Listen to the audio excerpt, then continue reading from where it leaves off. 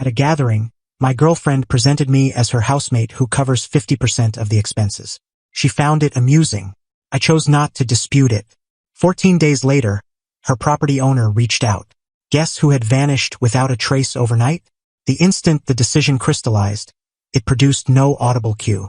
It was a Saturday evening, and we were attending a celebration, organized by one of my girlfriend Chloe's content creator acquaintances. The residence was crowded with individuals who all appeared to converse in sponsored partnerships and staged snapshot moments. I was positioned near the beverage station when Chloe seized my elbow, pulling me toward a compact circle. Her closest companion, Jessica, was dominating the discussion, a flute of sparkling wine in one grip and her smartphone in the other. And this, Chloe declared with a dramatic, expansive motion in my direction. It's Alex. He's my fantastic housemate who handles half the costs. The circle chuckled. It wasn't a cruel chuckle, more of a belittling, condescending giggle. Jessica offered me a sympathetic grin, the sort you'd bestow on a loyal pup that had just mastered staying. "Oh, Chloe, you're awful," she tweeted before redirecting to her dialogue, my presence already erased. I grinned, a strained, courteous grin I had refined over the past 12 months. I didn't debate. I didn't rectify her. I didn't highlight that my 50% of the costs encompassed the full $1,500 lease on her two-bedroom unit, every utility charge and the regular food shipments, while her 50% involved the streaming service fee and the sporadic aromatic wax light. In that instance, amid the clamor and merriment, I merely nodded and recorded a psychological marker. It was the ultimate statistic I required. The initiative was formally deemed unsuccessful, and it was moment to activate the departure procedure. Allow me to rewind. I'm not a pushover. I'm a data examiner. My whole existence centers on reasoning, trends, and optimal approaches. When I encountered Chloe 2 years prior, I was captivated by her. She was magnetic, driven, and existed in a realm so contrary to my own ordered actuality. She was striving to establish a profession as a daily life content creator, and I viewed it as an endeavor, a new venture. I was prepared to act as a funding source of kinds. When her prior co-occupant departed a year ago, she was in distress. She couldn't sustain the unit independently. I identified a rational resolution. I earned substantially more income than her. I could relocate and manage the primary expenditures to provide her the steadiness to expand her platform, and we could construct a shared tomorrow. It was a commitment. I outlined the conditions explicitly. I would oversee the essential funding, she would handle the domestic duties, and we would reevaluate in 1 year to determine if her pursuit was turning viable and our alliance was functioning. My identity was never added to the rental contract. She was the exclusive contract holder. I was merely an authorized resident who configured an automatic transfer from my financial institution to the property owner for the complete lease amount each cycle. It was a streamlined, effective setup, but throughout the past year, the indicators began shifting unfavorable. Her platform involved capturing images of lavish morning meals I funded and garments she acquired with a financing card I guaranteed for. The domestic oversight was her abandoning plates in the basin and grumbling that I selected the incorrect variety of nut-based dairy. The alliance was her and her associates, headed by the perpetually irritating Jessica, delivering understated jabs at my cost. They perceived me as a subdued, unexciting tool, the dependable back-end operation that maintained their vibrant front-end operating seamlessly. They never grasped that the reserved individual who evaluates frameworks for a career is the one who detects every defect, every waste, and every weakness. The housemate remark wasn't a singular event. It was the validation of a sequence. She didn't regard me as an equal. She regarded me as an asset to be utilized, a fund source with mobility. And in my domain, when a framework is inherently flawed and wasteful, you don't persist in applying fixes. You retire it and develop something superior. So I grinned, sampled my beverage, and commenced strategizing her retirement. Update 1: the 14 days after that gathering were, externally, entirely routine. I was agreeable. I was supportive. I performed the role of the encouraging partner. Internally, I was an automaton carrying out an intricate scheme. Stage 1 was procurement. I utilized my midday breaks for 3 days inspecting residences. I located an ideal single-bedroom condominium in a fresh development in the city center. It was pristine, contemporary, and simple. Everything Chloe's disorganized, theatrical unit was not. I executed the contract, submitted the security amount, and established an occupancy date for 14 days from the gathering day. Stage 2 was coordination. Chloe and Jessica had been organizing a relaxation and purchasing weekend getaway for the precise weekend I required. It was ideal. They'd be absent from Friday midday until Sunday evening. I arranged a relocation service, the finest and priciest I could locate, for that Saturday. I requested a 4-person team and informed them the task was a complete pack and relocate. I desired my withdrawal to be rapid and without residue. I passed the nights that week discreetly readying. I examined every chamber, every storage area, every compartment, and psychologically marked my items. I employed a basic program on my device to image and list everything that belonged to me, from my attire and volumes to my culinary tools and the premium computing arrangement in my workspace. This wasn't merely about retrieving my possessions. It was about generating a flawless documentation, ensuring no opportunity for her to subsequently assert I had appropriated something of hers. The day they departed for their excursion was a pinnacle in misrepresentation. I assisted Chloe in preparing her luggage, advised her to enjoy a splendid time, and embraced her farewell. She and Jessica were elated with anticipation, discussing all the outlets they intended to visit. "Don't engage in too much dull amusement without me," Chloe remarked as she exited the entrance. "I won't," I responded, and I was sincere. The instant her vehicle was beyond the pathway, I transitioned into implementation mode. I began with my workspace. I containerized my files, my storage units, and my individual items into marked cartons. I disassembled my workstation and seat. By the time I retired on Friday evening, my entire occupational existence was secured, and the workspace appeared as a barren and used visitor chamber. I rested on the sofa. Saturday morning, the relocation team arrived at 9 o'clock precisely. They were outstanding. I guided them through the unit, indicating every object on my electronic list. My attire, my hygiene products, my volumes, the display in the common area which was mine, the seating they were occupying which was mine, the superior brewing device she utilized daily for her online content. The team operated with muted expert proficiency. They encased my furnishings, secured my belongings, and transferred everything onto the vehicle. While they labored, I performed a thorough cleansing of the spaces I was emptying. I polished the vacant racks in the storage, sanitized the lavatory basin, and scoured the area where my workstation had stood. I aimed to leave an absence, not disorder. The final item to depart was the cushion from our sleeping area. It was mine, acquired before I even encountered her. I left her the sleeping frame, which was hers, and the support base. A naked support base in a vacant chamber possesses a specific austere, expressive essence. By 3 in the afternoon, they were finished. The vehicle was filled, and the unit felt disturbingly vast and vacant. I conducted one ultimate inspection with my program, marking off every object. Flawless implementation. I compensated the team liberally, and they proceeded toward my fresh existence.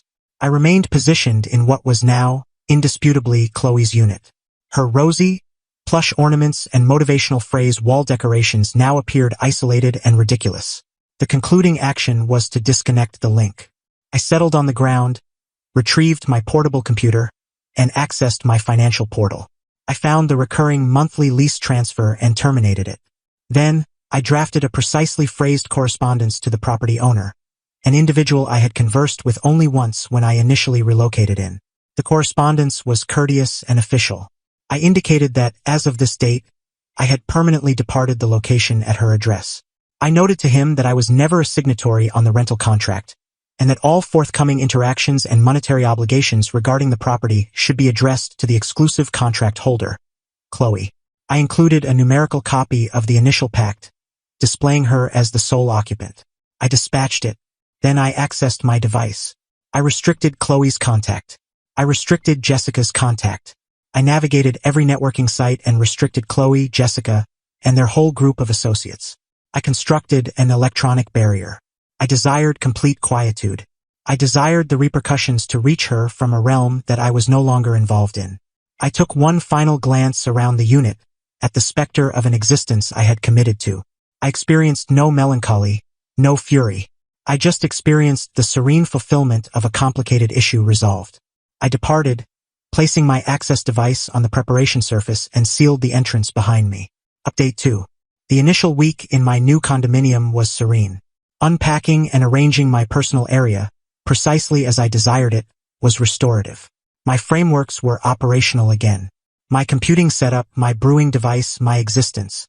Everything was optimal, reasoned, and delightfully devoid of turmoil. The quietude from Chloe and her group was total, exactly as I had engineered. The initial ripple of the seismic event I had initiated arrived the subsequent Monday, slightly over a week after my departure. It wasn't from Chloe, but from a shared contact, a person named Ben who was more my associate than hers. He transmitted me a message. "Hey buddy, is everything all right with you and Chloe? She's been attempting to contact you and is somewhat losing it." I responded with a straightforward, "We're no longer paired. I've advanced." Ben's reply returned immediately. "Okay, wow. She's informing others you simply vanished on her and that you are indebted to her for lease funds." I nearly chuckled. The storyline was already being crafted. I was the antagonist who had deserted the vulnerable, aspiring content creator. I just messaged back, "Not my concern anymore, buddy. Be well." I knew the actual tempest wouldn't strike until the first of the month, which was still a week distant. The first of the month arrived and passed. I settled the lease for my new condominium. On the second of the month, I received a hysterical call from Ben.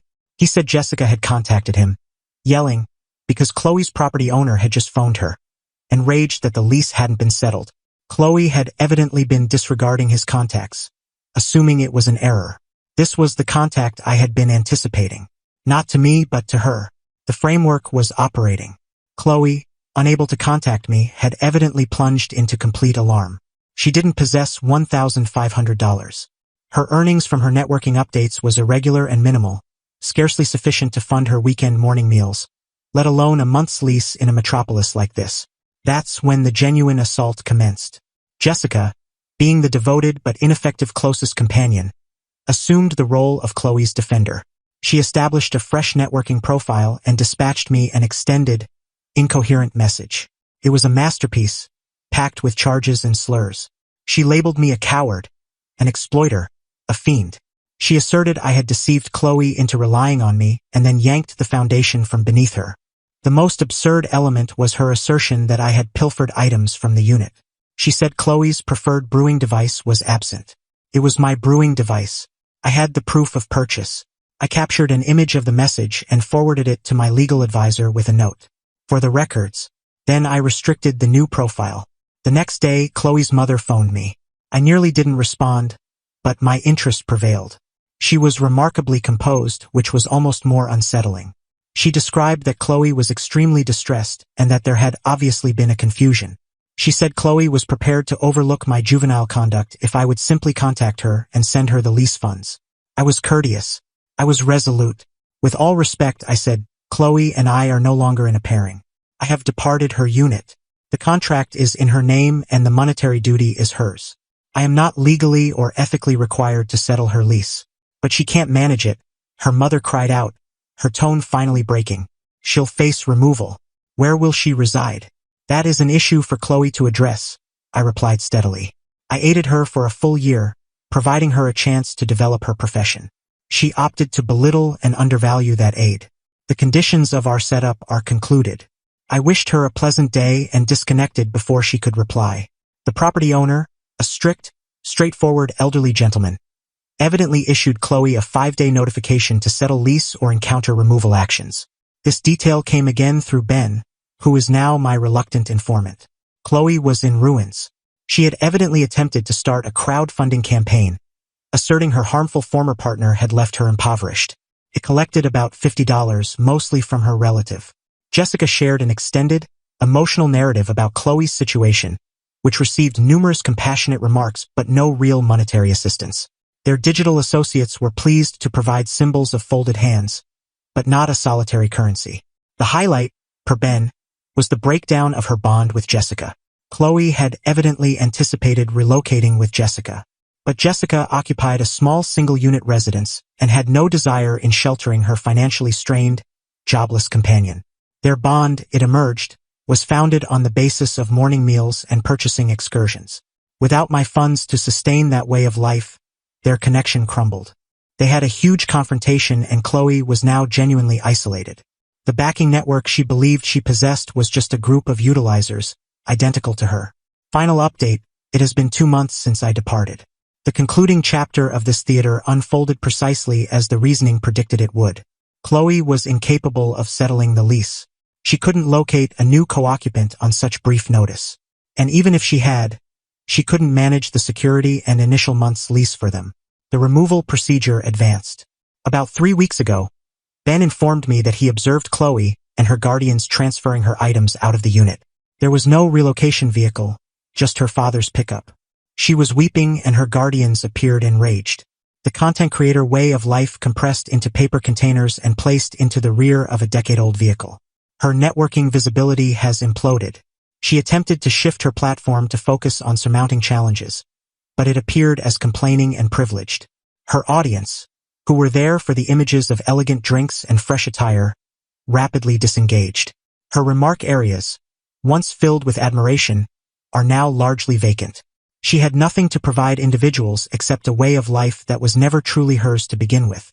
Jessica and the remaining associate circle have entirely deserted her. Their networking is now packed with images of them at the same familiar morning meal locations, just with Chloe noticeably missing. Their devotion was to the way of life, not to the individual. I did receive one ultimate indirect communication from her. Her mother dispatched me an extended correspondence last week. It was a strange blend of begging and blame. She asserted I had shattered her daughter's self-assurance and wrecked her profession opportunities. She said Chloe was now residing back at home in her youth sleeping area, was profoundly saddened, and it was all my responsibility. The correspondence concluded with a requirement that I settle them a single payment of $10,000 for psychological strain and moving costs. I redirected the correspondence to my legal advisor. He responded with a one-sentence reply on my behalf. We completely dismiss your unfounded requirements and will regard any additional contact as intimidation. That was the conclusion of that. The genuine fulfillment for me wasn't in her defeat, but in the pristine, reasoned triumph of my own strategy.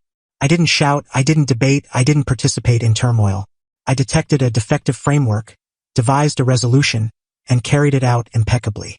I retrieved what belonged to me and extracted myself from the calculation. Her collapse was not my action. It was the outcome of her own decisions finally aligning with her once the protection was removed. Oh, and there was one last minor element, one ultimate statistic I left for her. Before I departed the unit that final day, I approached the cooling unit. Attached to it, with a fun fastener she adored, was a printed document. It was a thorough overview from my financial program displaying the $1,500 lease settlement I had made to her property owner every cycle for the past 12 cycles. At the top, I had inscribed a basic message with a dark marker. It just said,